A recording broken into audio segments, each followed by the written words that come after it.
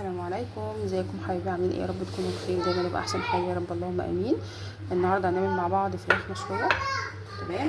وهنعمل تتبيله فراخ المشويه اللي انا بعملها اصلا من بالليل، مش بستنى في نفس اليوم طبعا لان هي بتاخد وقت، ومش بنجيب الفراخ صحيحه ونعملها على طول، لازم تبات على الاقل حتى ليله او ليلتين عشان الانسجه بتاعتها وتبقى معاكم كده إيه طريه، مش ماسكه نفسها، وتاكلوا احلى فراخ مشويه طبعا بالف هنا وشفا ان شاء الله بامر الله.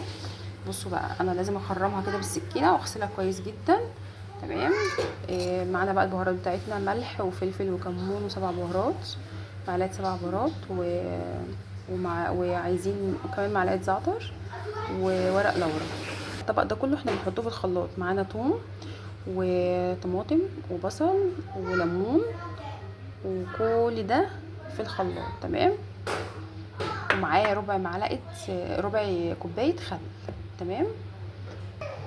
ادي الخل بتاعنا. هنحط بقى ايه؟ المفروض ان احنا هنحط زبادي. تمام.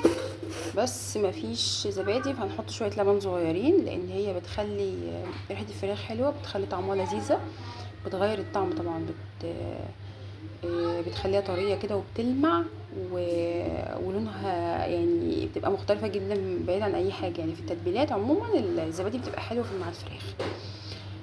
بسم الله الرحمن الرحيم. ادي شويه اللبن عشان احنا ما عندناش زبادي. هنحط بقى شويه ميه. ادي الميه بتاعتنا على قد بس ما الخلاط يشتغل، عشان لازم احنا نغطي اصلا الحاجات دي كلها بيها الفرخه. بقى نسينا معلقه هريسه الشطه، طبعا ديت اختياري اللي عايز الحاجه حرقه. تمام. تمام كده. هنجيب بقى نزلنا عليها بالتتبيله القمر دي. بسم الله الرحمن الرحيم. نعمل لها بقى ايه؟ شويه مساج، نقعد بقى ندعك من جوه ومن بره وتحت الجلد بقى، من هنا كده ندخل على قد ما نقدر، من هنا ما بين الوراك. تمام. نشقلطها يمين في شمال. المهم ان احنا ايه؟ نظبطها. عارفين حمايه العيد؟ احنا نحميها حمايه العيد. تمام كده. نقوم بقى جايبين البطه الجميله العسله دي، عماله تبقبقلي، نقوم احنا قلبينها ايه؟ على صدرها كده. ايوه بالظبط كده. شربت بقى، هنقوم مكملين بقيه التتبيله بتاعتنا هنا كده عشان نغطيها. لازم تكون غطيه، لازم تكون متغطيه.